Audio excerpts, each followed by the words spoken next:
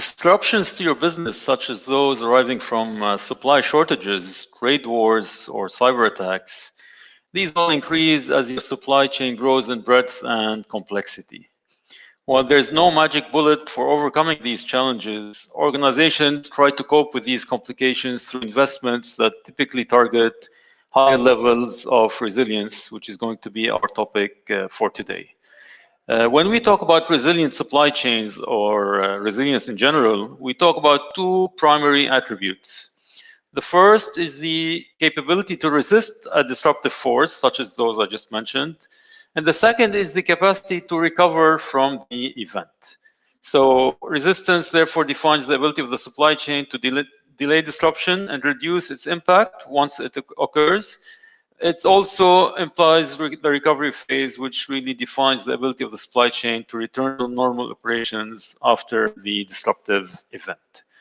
My name is Ahmed Ghanoum, and thank you for joining us today. It's my pleasure to walk you through this webinar where we'll be exploring different strategies that help show how your organizations can build resilience in the face of disruption. Now, this is, of course, a live webinar, so you may have some questions as we go along. If you do have any questions, please leave those in the chat box, and I'll get back to them as soon as I can, typically towards the end of the webinar. Now, today's webinar will be delivered in three short parts. First, we'll be defining what disruptions are, obviously in the context of a supply chain. In this first part, we'll look at what constitutes the supply chain. Just very quickly recap what we talked about in the previous webinars of the series. We'll also provide a quick overview of the different disruptive forces. In the second part, we'll introduce the concept of resilience, and we'll break it down a couple of levels. We'll provide you with an illustrative timeline of the different events that you can expect to occur over time. And finally, in part three, we'll be examining the different strategies that can be adopted to strengthen resilience and help us bounce back from disruptions. Now, let us begin by defining a supply chain. Now, we know from our previous webinars that we define the supply chain as a network of entities, really, that are configured to deliver a product or service to our end users or our customers. Now, by definition, you need to have at least three rungs. So you have your company, you have at least one supplier, and you have at least one customer. And the supply chain is going to enable the flow of goods from left to right. So this could be all the way from the earth. So whether you have your raw material from a farm or from the ocean or from a mine, all the way through to the end user. Cash goes in the opposite direction, so you have to pay what you procure. And information is the third flow enabled by supply chains. And that should flow in both directions. Now, our topic today is about what happens when you have a disruption anywhere along that chain. Okay, so you have a problem, and this problem could be anything from, let's say, an earthquake. Okay, and this could be an earthquake at your supplier's location or at your sub-supplier's locations. This could be something to do with a recession. Okay, which is going to impact also the flow of goods. Remember, we're trying to get goods from one area to the other, and also the flow of cash. And the list goes on and on and on, from corporate scandals, bankruptcies. If you have a key player in your supply chain, whether it's at the supplier side or customer side that are out of business, that is also going to be an event, a disruptive event that you are going to have to deal with. Or it could be, the threat of sanctions or trade wars. I apologize. So typically, the externally driven sanction disruptive events could generate from a political, economic, social, technological, environmental, or a legal area, what we collectively refer to as the PESTEL, P-E-S-T-E-L. That's political, economic, social, technological, environmental, and legal. So the idea is we have the supply chain, and your company could be anywhere in this chain. You could be here, you could be at the source, a farm or a mine or an oil company, or you could be a retailer or a distributor. And you have this disruption, and the question is, how do we deal with it? Now, this brings about the topic of resilience. Okay, so resilience is, we define it as the ability to resist disruptions and to recover from the disruption, to recover to normal performance levels after the disruption occurs. Now, despite its critical importance, a lot of companies now are investing heavily in increasing their resilience levels or the threshold. We still don't have a very well-defined definition by academics or practitioners alike, but this is a definition we're going to go with for the purpose of this webinar. Also, keep in mind that resilience here can be assessed in terms of both time and cost. So how long it's going to take you to recover from the incident, and how much is it going to actually cost you to recover from the incident. When I say incident or event, what I mean is a disruption, okay, coming along. Now, we just said that resistance is the ability, of a supply chain to avoid the impact of disruption and to contain it to a minimum.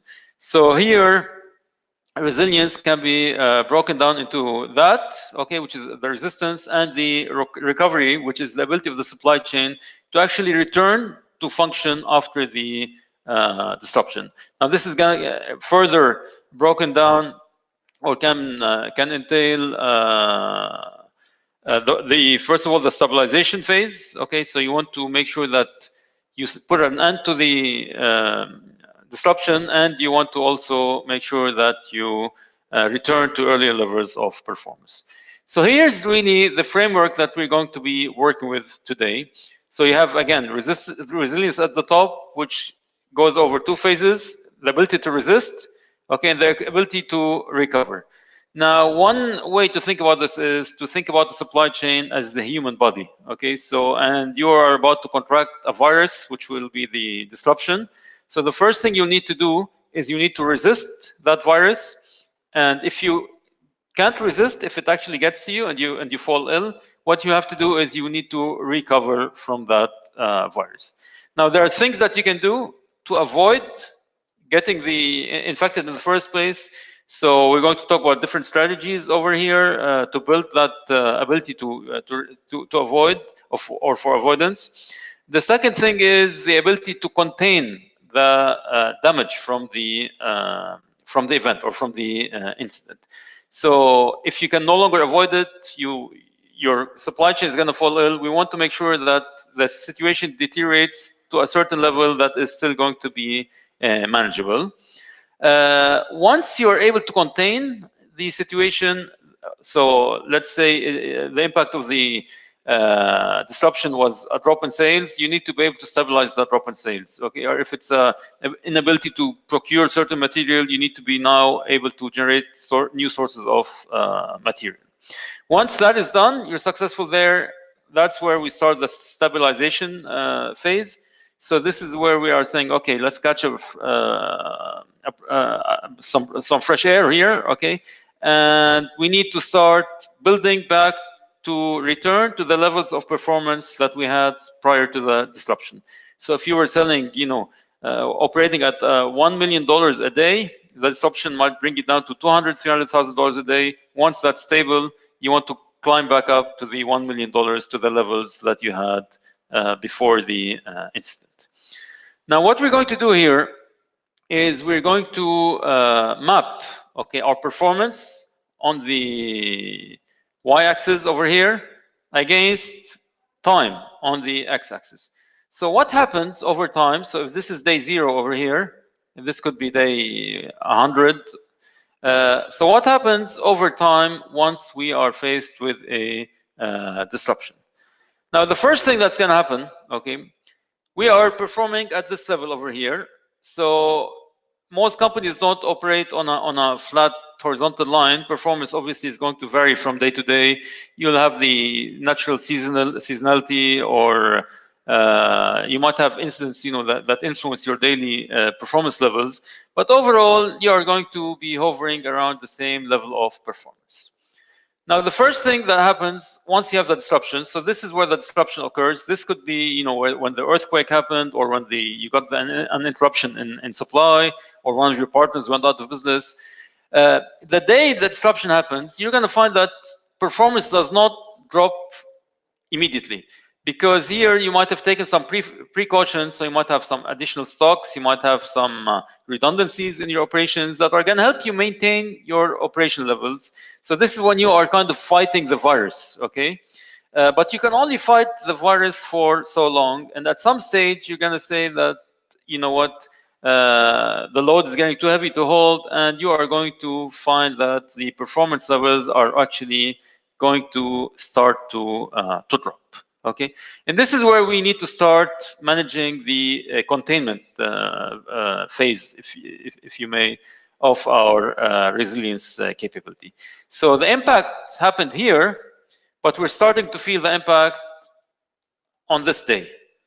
And this is where the performance starts to deteriorate. It's getting lower and lower and lower and lower. And then at some stage, you are going to be hopefully able to contain that level.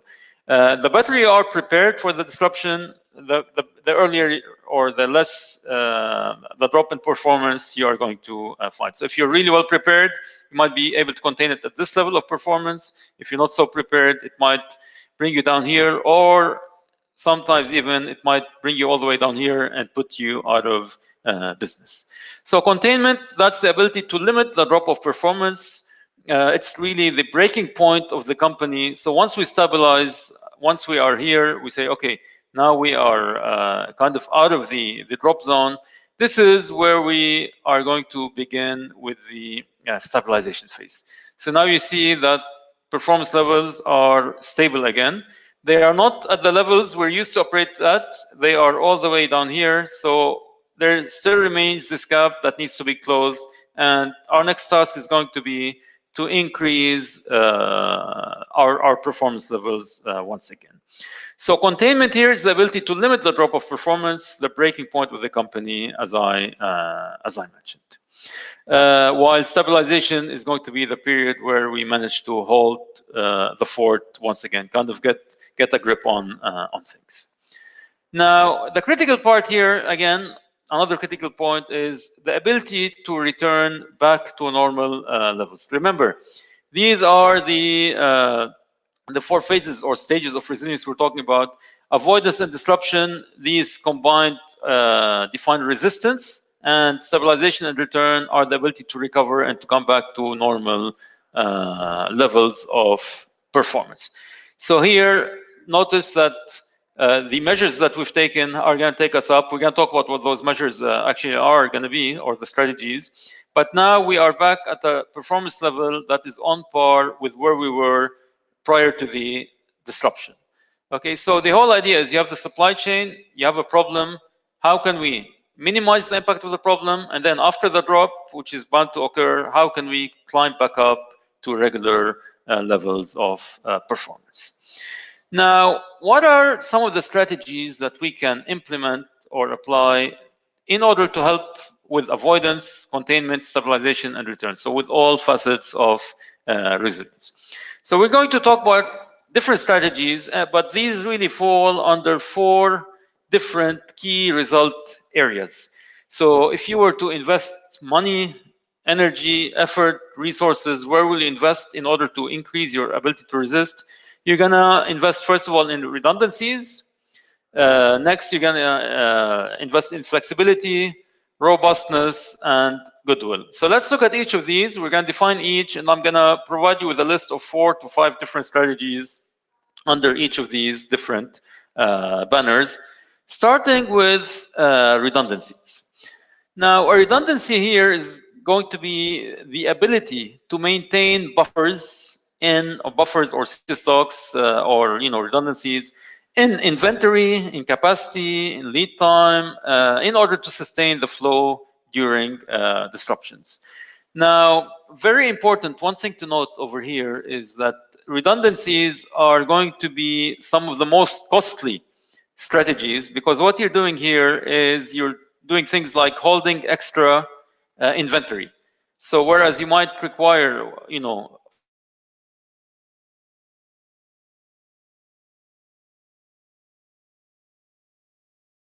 of 500,000 because if I have a break in the supply, I don't want to go out of business the same day. I want to have that safety stock, the extra stock, just to keep me going through the disruption.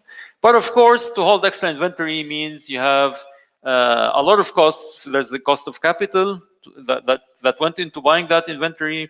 You're going to pay for storage. You're going to pay for warehousing utilities and security. You're going to pay for insurance. There's a lot of risk that comes with holding different extra inventory.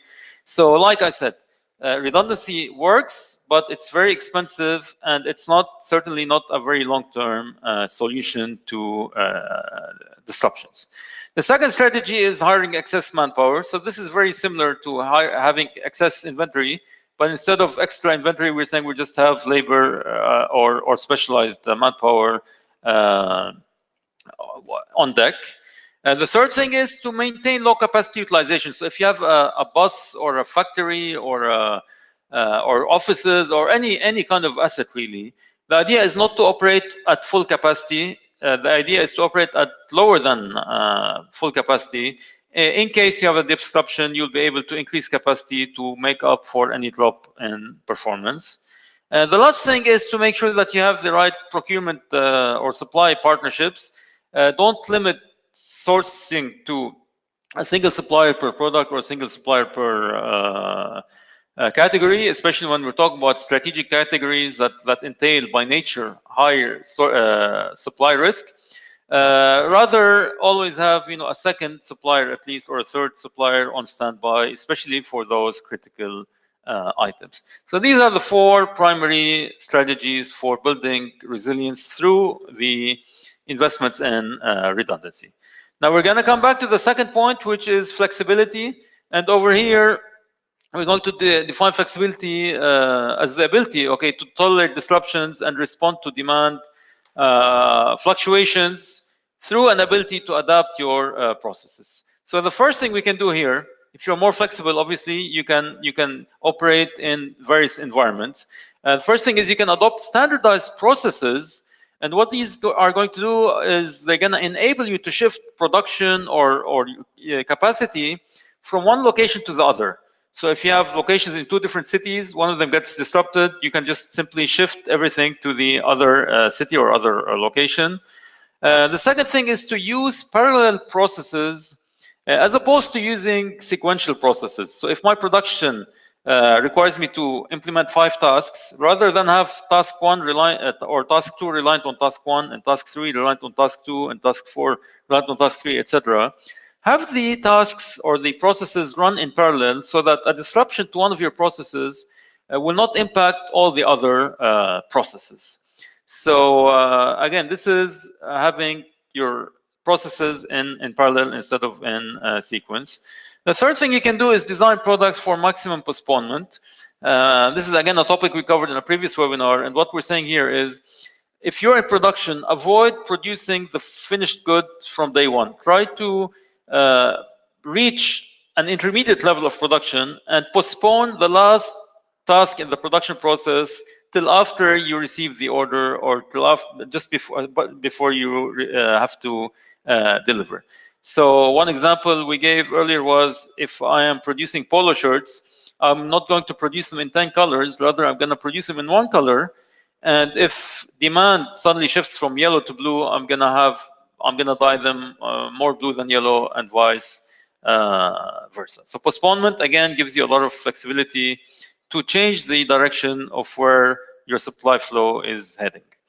Third thing is to maintain several transportation alternatives. So if a lot of the disruption comes from logistical issues, so a closed port, you can, if you can't use the vessels, you can go to, because of a closed port or a strait or some kind of constraint, you can move to the airports. If you're just using trucks, consider having railway as an alternative route for getting your goods to where they should be arriving. And finally, align your procurement strategy with the supplier relationships. So this, again, when you talk about procurement strategies, we're talking about analyzing the impact of your spend and analyzing the supply risk associated with your spend, and then developing the right strategy accordingly. Strategies here include partnerships, long-term agreements, tenders, and so on. So that's flexibility. Robustness was the third area or key result area where we can potentially make investments. Robustness, this is basically saying strength. Okay, we need to be strong as a company, and this enables the rapid recovery through higher levels of preparedness.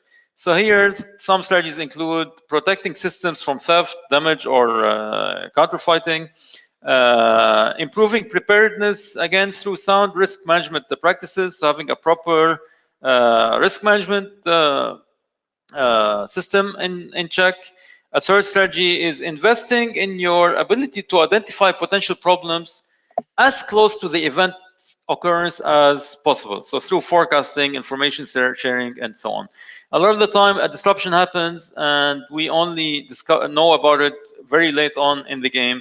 So we need to remain alert and invest in our antennas, okay, to identify disruptions as they occur. The fourth strategy here is investing to improve information flow across the supply chain. The more you can share information, the easier it will be to have collaborative planning, collaborative forecasting, and collaborative replenishment practices, all of which are going to help you through a disruptive event. Finally, conditioning staff for disruptions really by capturing and sharing the lessons. So if you have a disruption and you overcome it, don't just say, okay, let's carry on as usual. Before you carry on as usual, you need to capture everything that happened and share those lessons with everyone at the company so that the next time you face a similar situation, you are in a better position to cope. So to achieve robustness here, a company can take any of these different actions. The fourth area is goodwill. Okay, and so goodwill here is basically your reputation. Now, if you have a lot of goodwill, people will give you a chance. Okay, so if you can't pay your bank today because of the disruption, if you cannot pay suppliers, if you have good standing towards those institutions, that is going to help you increase your threshold against those powers that you're faced with. So the first thing we can do here is to market and build our brand name. The stronger the brand, the easier it will be for you to overcome those disruptions. The second thing is really managing relationships with suppliers, customers, and other partners such as banking institutions, because a lot of the time it's who you know and it's how you can leverage those relationships in order to keep you going. The third thing is to support a culture of innovation. If you're always innovating, one, you will have redundancies. So if the product you're dealing with goes out of fashion, you have a new product in the pipeline. But also having the culture or an innovative mindset that's going to help you overcome challenges by thinking outside of the box. Finally, distributing power. Okay, so distribute power so teams and individuals can take necessary action. So don't have all the power concentrated in one pair of hands or in the hands of a few. You need people at all levels of the organization to be able to take executive power or decisions that are going to help you overcome your disruptions. Now, so these are the different strategies that we spoke about. Now, one last thing I'd like to talk about is how these investments in redundancy, flexibility, robustness, and goodwill are going to aid or impact our avoidance, containment, stabilization, and return aspects of the resilience approach. So H implies a high impact, M medium impact, and low is low impact. You're going to see that investing in redundancy will only help you with avoidance and with containment. So both of these, I remind you, are resistance traits as opposed to recovery traits. If I have redundancy, I can delay the problem, but I will not be able to recover. Redundancy alone will not help you recover from the problem. On the other hand, investing in flexibility will help you contain the problem, first of all, but it will also help you stabilize and return to normal operations. And the logic here really is because you need to have the flexibility to do things differently, because now you have a new reality. To face a new reality, I need to adapt and to do things differently. The third thing, robustness initiatives. If you are robust, if you're strong, that means you can take a punch to the face, okay? So that's going to show a high impact over here, but also it will help you stand on your feet again in the event that you fall to the floor. If you shut down on your feet, robustness will help you stand up again and return to where you were before the actual disruption. And of course, Goodwill. Goodwill is what's going to help you contain the problem. It will not help you avoid the problem, but once it happens, you can leverage your brand and your name and your reputation to put a stop to the problems, and then you can use that goodwill to actually build on in order to return to previous levels of operations. So thank you very much. Then there you have it. That covers the basics of supply chain disruptions, resilience, and the various strategies at your disposal to counter resilience. Thank you for being such a great crowd. If you have any questions, please go ahead and post them in the chat pod. And I also encourage you to visit our website at meirc.com if you're interested in attending any of our courses on the topic of supply chain management.